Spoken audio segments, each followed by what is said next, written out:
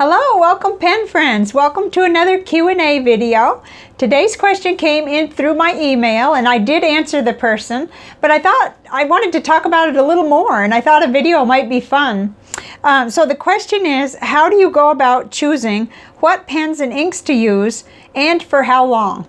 And I love the question. I could talk about it all day, but I'll try to keep it short, relatively short. Okay, so before I start to dig into the meat of how I choose the inks and the pens, let's talk about how I have things organized, because I think that kind of helps make it make sense, and a little bit about why. So first of all, how I have my samples organized, they're by color family, and they're in these shell boxes, and each shell box holds 25. Because I have so many generous pen friends, I have more than what fits in those 8 shell boxes. They're back there behind me.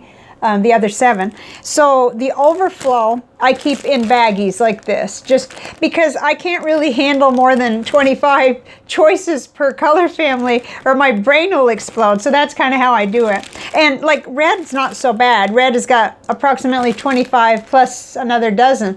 But in the case of blue, it's a giant gallon-sized baggie. So I'm very blessed, and at the same time my brain is in danger of exploding if I try to look at all of those every month to decide. I have to kind of funnel them over little by little and keep it at 25.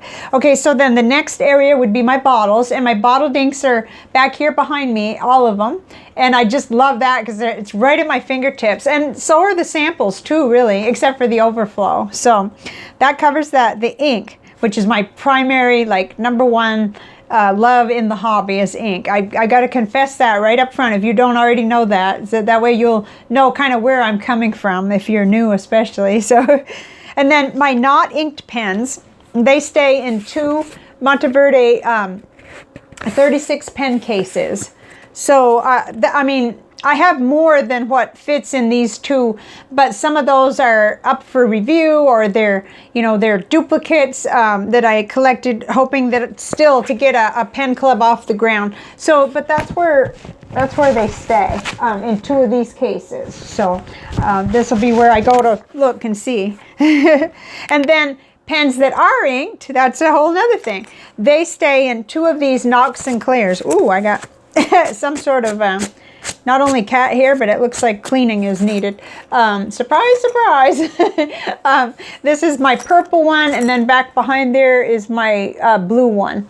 So that's kind of how it works. Okay, so I got to stay focused because I'll just ramble forever if I don't. But how do I choose the ink? Now that's really something, because I really believe it has to do a lot with mood and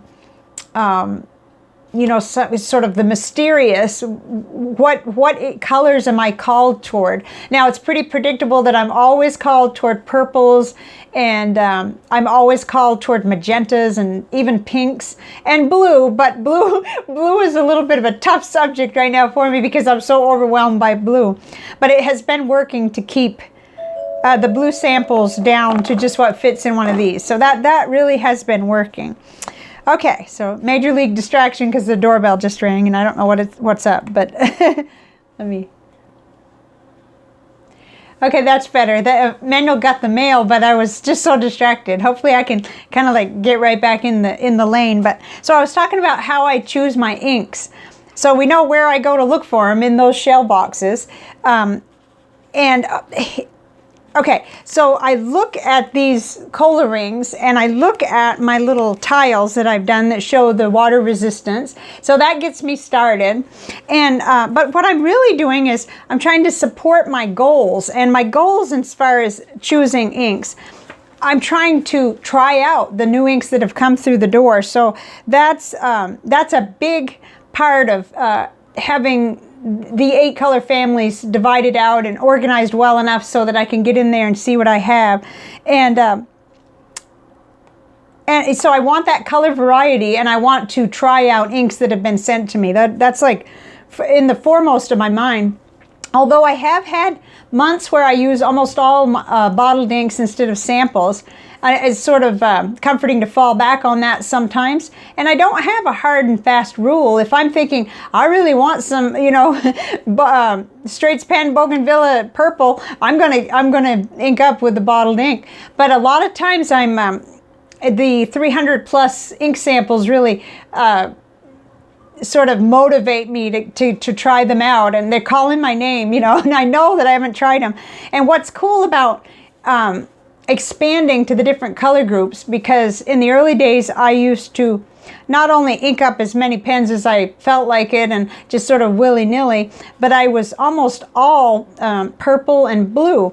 But since I decided that I wanted to cover each major, I want to say rainbow necessarily, because brown is a big category for me, and I'm not very good at trying new black inks, but to try to expand that color range that's in my pens, that's just been a really big part of it. But I get in here and I start looking at them, and I'll say, well, to myself, have I tried that ink before? KWZ Honey I've got right now going. It's so pretty.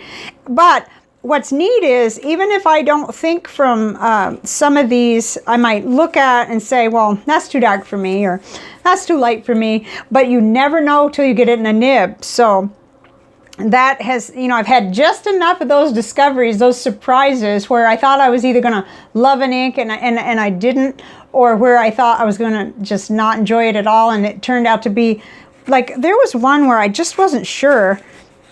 Which one was that? I think it might have been Diamine Ochre, which is a small bottled ink, and I just wasn't sure if that was gonna even, you know, be the shade of brown for me at all, and it was amazing in a broad nib, but I never could have just predicted that. So between pen friends sending samples and surprises like that, and being a part of the ink flight for so long, getting 7 new ink samples every month, I've learned that you get surprises on both directions, but most often for me, it's in the happy side, where I'll realize, wow, I never would have known how much I like this. I never would have purchased this. I never would have picked it up myself. But, you know, this friend has sent me this sample, or it came in the ink flight.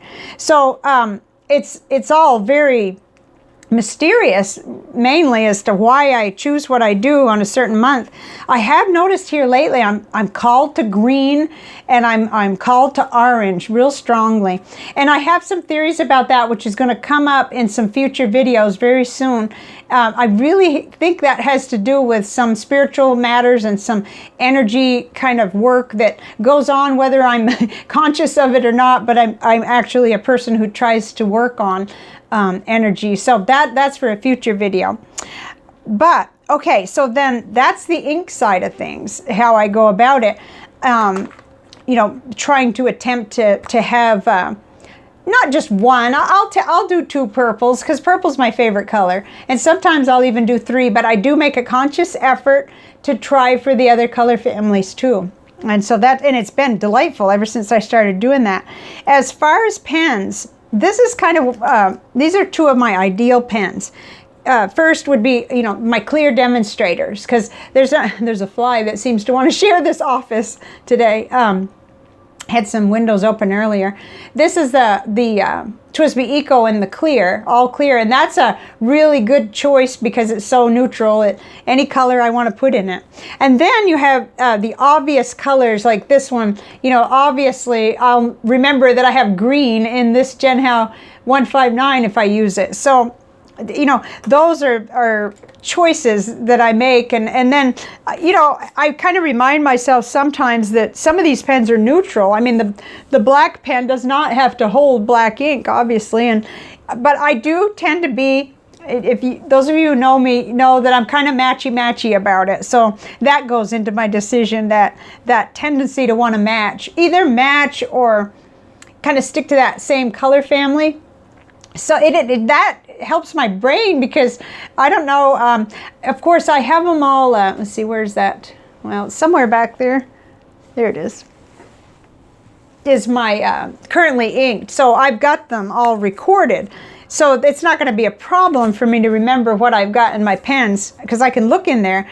But it seems like with the with this color panel that I do, I get the 8 that I'm using that month, and I put them on here, and it stays right on my desk where I can see it.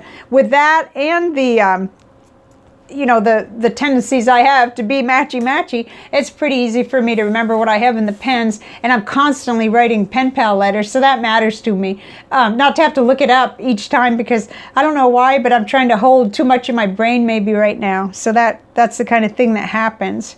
Now, I need to take a deep breath and see whether I've actually answered the question, because the first take of this, I just rambled and I didn't answer the question. So let's read the question again. How do you go about choosing what pens and inks to use and for how long? Okay, so the for how long part needs to be addressed, but also I'm not sure whether I emphasized enough how I definitely go for the inks first. It's like that all the time pretty much. Now, if I have a new pen coming in, I don't right now, but if when I do, then I'm already pre-thinking, what am I going to put in, you know, like when the yellow TWSBI Eco was on its way to me, I kept thinking, which is the first ink I'm going to put in that? And I don't particularly like yellow, so I ended up putting the beautiful gray in that one. So, okay, so the for how long part of the question, that's a good question. You know, I'm aiming for using the inks for a month. That's a good long time, and yet it doesn't seem like too long. The only time when it carries over, and that's why I've got the 2 Nock Sinclairs going right now, is when I've filled up the demonstrators. I mean the piston fillers. I often takes me longer. That one's taken me. It's probably going to end up being emptied because it was coming out kind of dry. Diamine Soft Mint, I think, was coming out kind of dry. But anyway, I do keep those TWSBIs inked up longer, but I never go past the 2 Nock Sinclairs. That way, I'm rotating pens, because when I go into the Monteverde cases, the other pens are still in the Nock Sinclairs, so I'm choosing from what's left there. But I also do the musical nibs every month. I mean, I really tend toward broad and stub nibs now, and that was not the case. That's not the case in the beginning. My first 2 years was solid medium nib only, and as soon as I tried a broad nib, there was no turning back, there was no looking back. I really love broad nibs. And then a viewer actually said, please include a stub nib, so I started using stub nibs in my ink reviews, and I never looked back from that either. Oh my goodness, just really thankful for that person. I wish I could think of the name right off the top of my head, but I'm not good at that. I'm holding so many little bits and pieces of information in my mind, but thank you. You know who you are. Chances are good. So the nibs move around, and sometimes I'll go ahead and you know, pull the nib off and it still needs to be cleaned, and I'll swap it out for another one, and because that pen can still be cleaned later on, and I'll go ahead and line up my what I want to write with. Like, for instance, I don't know what's on this green one. Oh, yeah, this one has the Conklin nib on it. There's no way I'm going to write with that nib, but it's on there for right now, just, I guess, so that the pen doesn't look sad. But probably one of the stub nibs or a broad nib from Goulet will be transferred over to this pen if this turns out to be one that I write with next month for June, and I don't know yet. I'll be doing that process very soon, so I hope this answers the question. It might have answered it better than I did in the email because there's so many words, so many ideas involved. But I would really love to hear how you go about it, what your thought process is, and whether you are in the ink camp or the pen camp or some of both, because at times I feel like I'm in both, but I definitely put ink first. I would like to have lots and lots of inks like I have, and I could get by with a lot fewer pens. I really believe that. That's my story, and I'm sticking to it.